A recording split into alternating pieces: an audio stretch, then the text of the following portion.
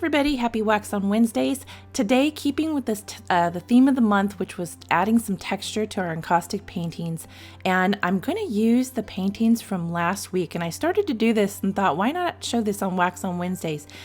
This is a recycling project for paintings that you already have. So here I have the paintings from last week. These are the 4x4s. The texture that we added on the 4x4s from last week, and how about just recycling those? If you can't get out to a store, you can't get out to maybe your outside studio, and even this is a little fun project to recycle paintings that you already have, and that's the wonderful thing about Encaustic. So here I've already done it on the blue textured one. I've already overfused it and caused that sort of chaotic look that you saw in the beginning, and I forgot to retape this one from last week. So I'm going to retape the sides there so I don't have a bunch of overspill on the edges. But I'm going to practice what I call overfusing technique, and that's going to move all this color around and make it a brand new painting. And this is another characteristic of Encaustic that makes it so exciting to use. And you can do a torch or a heat gun with this. I'm using the heat gun today on really low setting and just moving that paint around. Now this is going to depend, how this looks is going to depend on what sort of pigment that you used. I believe I used some pan pastel, and that's going to break up a little bit and look sort of fragmented. It's going to look a little bit different if you use oil stick, and it's going to look different again if you use a encaustic paint. The encaustic paint is going to be the smoothest for this, where it's going to sort of swirl together. And that's another fun thing to try if you have some of these little ones that your practice boards that you've been working on and you've used different pigments. It's fun to do the same overfusing technique and see how differently each pigment moves. So here I have both of the pieces from last week, and I've overfused them, both sending them in sort of different directions.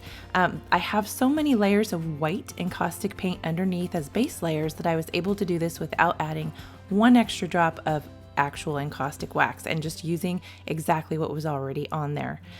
Here I have created some more fun texture for this week, and these are, I used scrap wood, actually from the Encausticology Home Studies workshop. I saved the little scraps and created these little stamps to use. And you can use a variety of things from around your house and yard to glue onto these stamps.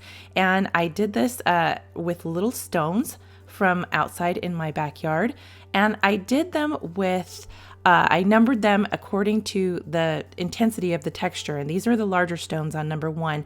I kind of made sure that they were of similar depth because I want all of them to be able to reach down at the encaustic at the same time, which is why I've numbered them 1, 2, and 3 in order of, these are really flat stones, so this is number 2. They all have a similar depth to them, and these are the tiniest stones, and they all, if you run your finger across it, they have about the same depth.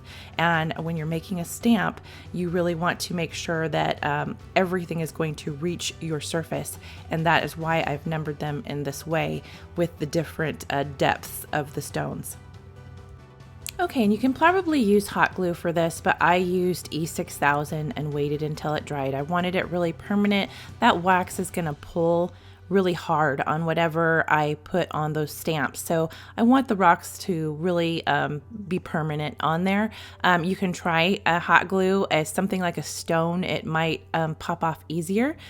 And here I've warmed the surface slightly with a heat gun just in one area and impressed the stamp. If you've ever used rubber stamps on encaustic, you know it's not a perfect practice. It kind of gives the texture, the idea of the stamp there, but it usually doesn't come out exactly perfect. And that's the same with anything that you're gonna make on a homemade stamp as well, but it's gonna give some great texture.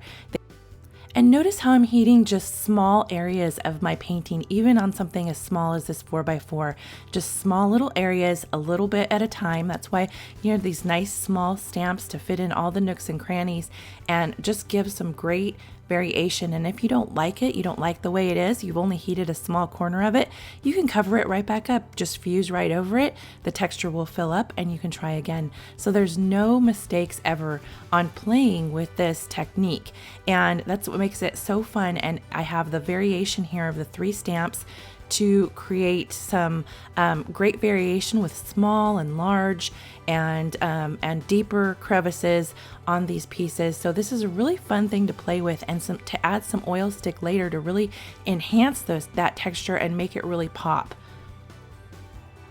So this is such a super technique to play around with, and you can probably think of a whole host of things to glue to little pieces of scrap wood that you might have. Or you know, if you don't have a piece of scrap wood, if you have even a tongue depressor or something like that that you often use to stir paint or something like that, you can glue little things to that. There's so much that you can do to create wonderful texture in Encaustic and just play around without even leaving to go or ordering things on the art store or going out to the art store and finding some things. There's stuff that you can make great texture with that is right within arm's reach of what you already have. And sometimes that's the most fun, to create some texture that nobody else would be able to replicate. And that's a really fun feeling that you've created a special, unique, customized texture for your encaustic surface. And it's fun to create these stamps and just keep a collection of them and think of different things to add to them. Here I'm adding just some of my favorite color, indigo, adding that RNF oiled stick to the piece and pushing it in the crevices with my gloved hand, and really get into all those nooks and crannies. Here I have just a plain paper towel wiping it off. I'm going to go and get some vegetable oil and wipe it off a little bit better, but it's got that wonderful grungy look to it, and you can see all of that hides in the crevices and the nooks and crannies of that new wonderful texture. And here I'm going to do it again on this piece. It's going to move the paint around a little bit and give it a completely different look than it had from last week, and that's okay because we're creating something new and different and exciting. One of my favorite things to do with Encaustic is find different ways to create wonderful texture in the wax. And that, again, is one of the unique things about painting with Encaustic, creating with Encaustic, is that you can create these wonderful textures in the wax that you can't get with any other medium. And it's fun, it's exciting, and you don't need any special tools to do it. You can create your own. And after you've created all your wonderful texture, you can add other pigments back to it. I'm adding some oil sticks here. You can add pan pastels, oil sticks, inks, all sorts of things to enhance your texture and continue on with your painting. And I'm going to fuse this afterwards. I'm just going to add a little color to this one, wipe some off if I think it's too much, and then fuse it in with my heat gun. And I'm really enjoying the really organic look on both of these, so I'm going to fuse them and call it done. I hope you really enjoyed this wax on Wednesdays, and come visit me at ShariReplogle.com for the full post, including supplies. Happy Wax on Wednesdays!